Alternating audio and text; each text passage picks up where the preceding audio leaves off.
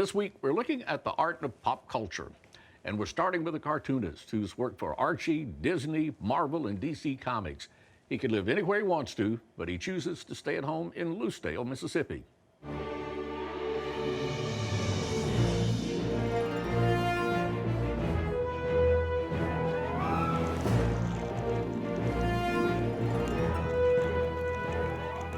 I've always loved comics and I've always loved to draw. I was just very fortunate. My love for comics and my love for drawing turned into a career. I'm Steven Butler. I'm a freelance comic book artist. I've been drawing comics for close to 30 years now.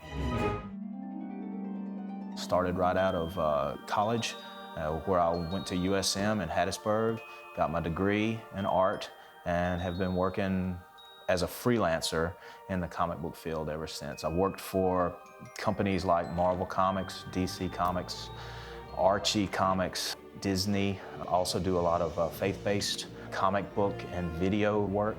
In other words, I do a lot of cartooning, whether it's animation, whether it's illustration, book illustration, comic book illustration. Pretty much have done all of it. When I first met Steven, I had no clue. I mean, when he said he was a comic book artist, I was like, okay, what's your real job? That is my real job. And then I watched him. I would just sit for hours and watch him draw, you know, because he makes it look effortless. He's a really excellent artist.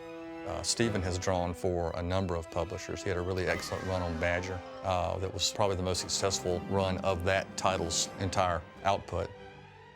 The first job that I got as a comic book illustrator was a book called The Badger from First Comics. And then I started working for Marvel and worked for them for 10 years on a variety of different books. I did a series called Sable and the Wild Pack, and then I did a Web of Spider-Man, which was, oh wow, drawing Spider-Man. That was the pinnacle of, you know, working for Marvel because he's their flagship character. Probably his most famous stint was when he was working on Spider-Man in the early mid-90s during the Clone Saga. Steven's work was outstanding. I would think he was best known for Spider-Man, but the guy's so versatile. Like, he can draw anything, and he's got a very distinct style, but he can also work within other creators' styles. Something that has kept me working pretty much nonstop in the comic book realm is an ability to adapt my style. When I was doing the Disney work, I had to make my work look like Disney. It's called drawing on model, and I had to learn how to do that. Did a lot of work for them, like Mickey Mouse and Donald Duck and Emperor's New Groove and whatever movie was coming out at the time. Probably the most prestigious thing, I guess, that I worked on while I was doing work for Disney was the 100th anniversary of Walt Disney's birth, basically his 100th birthday, and they did a long comic book story about his life, and I got to illustrate that, and I thought that was pretty cool.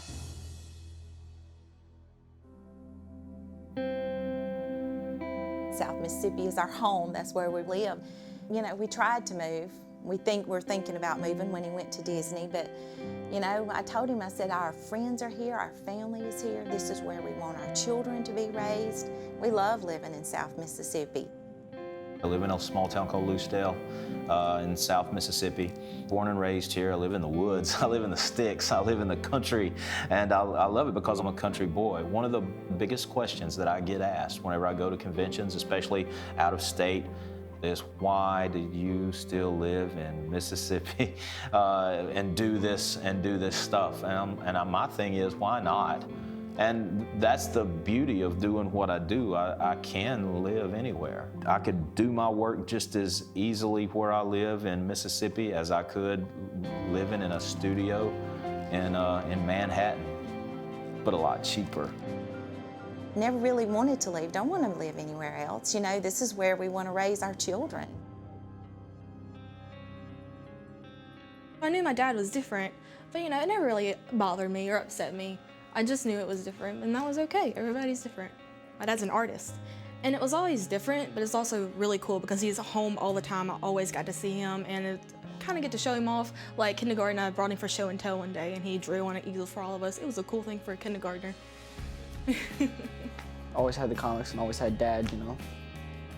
I remember every time I'd come home, he would do homework with me, and we would just hang out. And then before I went to bed, we would always read comics to me. I like comics. Me and Dad, we're very similar, and I see what he loves to do, and it just has become what I love to do. I know my daughter, she has always been inclined to do art of some sort, and I guess she gets it honest because she's been around art all of her life, and it's something that I think is ingrained in her. Whatever passion that I have for this has transferred itself to her. We go to conventions together, and she sits up next to me, and I'll be drawing these American superheroes, and I'll have my own crowd, which is usually people my age or maybe younger, but she is bombarded by teenagers that come over. They have no clue who I am, don't care anything about what I'm doing, but they see her stuff and they say, "Oh wow, look what she's doing." And you know what? I think that's cool. And so I say, "Yeah, go Lily." So very proud of her. I think he's really proud of me, of how far I've come and how hard I try to work and try to better myself. And I think my mom is too.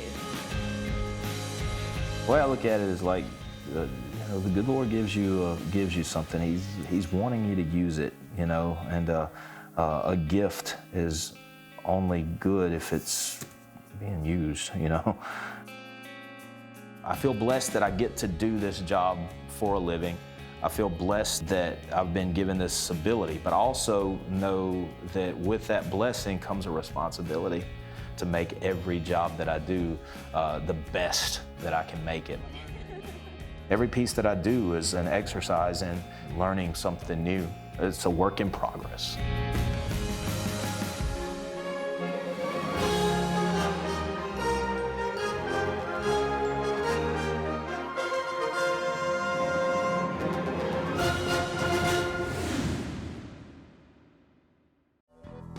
Thanks for joining us. If you like what you see, subscribe to Mississippi Public Broadcasting. Till next time, I'll be seeing you on Mississippi Roads.